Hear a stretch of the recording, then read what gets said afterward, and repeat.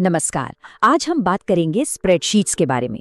सुनने में शायद थोड़ा टेक्निकल लगे, पर ये एक ऐसा जबरदस्त टूल है जो नंबर्स और डेटा से डील करने का पूरा तरीका ही बदल देता है।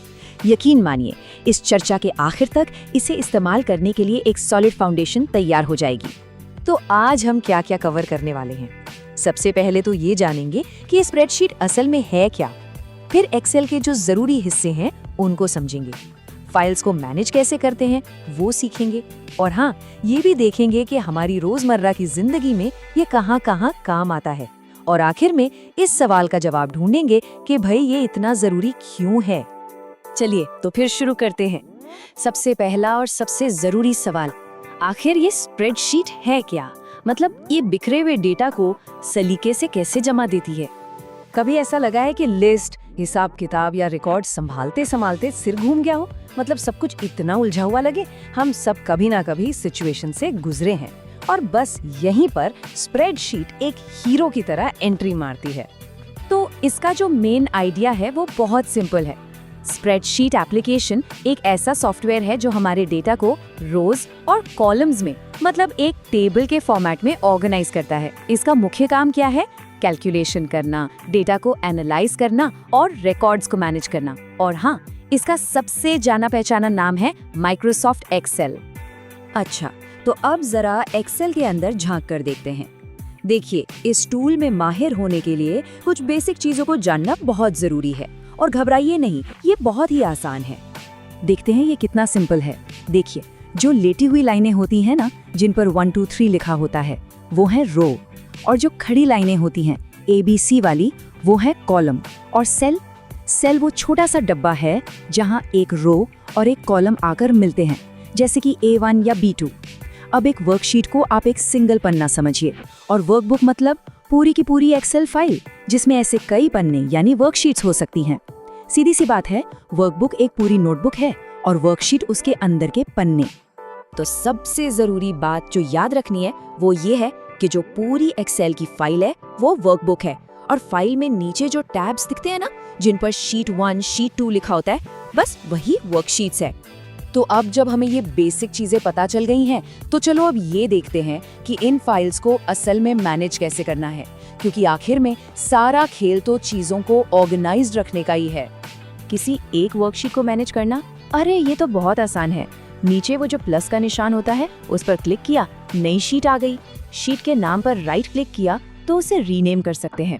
अगर कोई शीट नहीं चाहिए तो उसे डिलीट भी कर सकते हैं, और उसी मेन्यू से शीट्स को आगे पीछे भी कर सकते हैं या उनकी कॉपी भी बना सकते हैं। और पूरी फाइल यानी वर्कबुक को संभालना भी उतना ही सिंपल है। एक बिल्कुल नई फाइल बना सकते हैं, अपने कंप्यूटर से कोई पुरानी फाइल खोल सकते हैं, और हाँ, अपने काम को बार बार सेव करना बहुत जरूरी है। और जब काम हो जाए तो इसे दूसरों के साथ शेयर भी कर सकते हैं। बस यही बेसिक कमांड्स एक्सेल की नींव हैं। चलो, बहुत हो गई थ्योरी, अब आते हैं सबसे मजेदार हिस्से पर।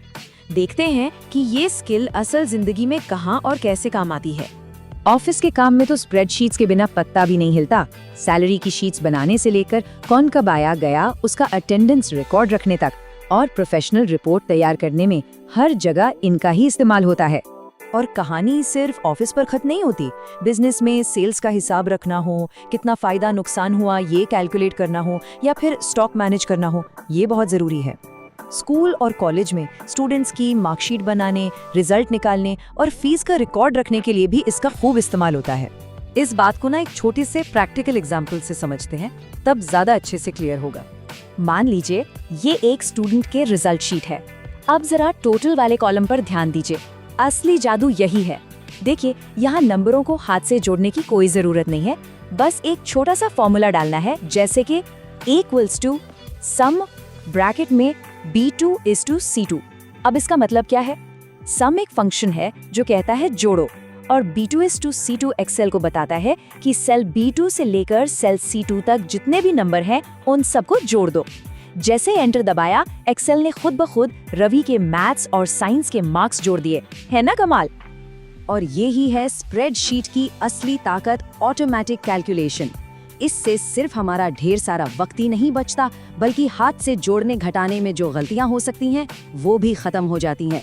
मतलब डेटा मैनेज करना एकदम आसान और एफिशिएंट हो जाता है। तो अब हम लगभग अपनी बातचीत के अंत में आ गए हैं। तो चलिए फटाफट से ये देख लेते हैं कि आखिर ये स्किल सीखना इतना फायदेमंद क्यों है। तो स्प्रेडशीट क्यों जरूरी है? सबसे पहली बात, ये मैनुअल कैलकुलेशन का झंझट खत्म कर देती है, जिससे हमारा कीमती वक्त बचता है। हमारा सारा डेटा सेफ और ऑर्गेनाइज्ड रहता है।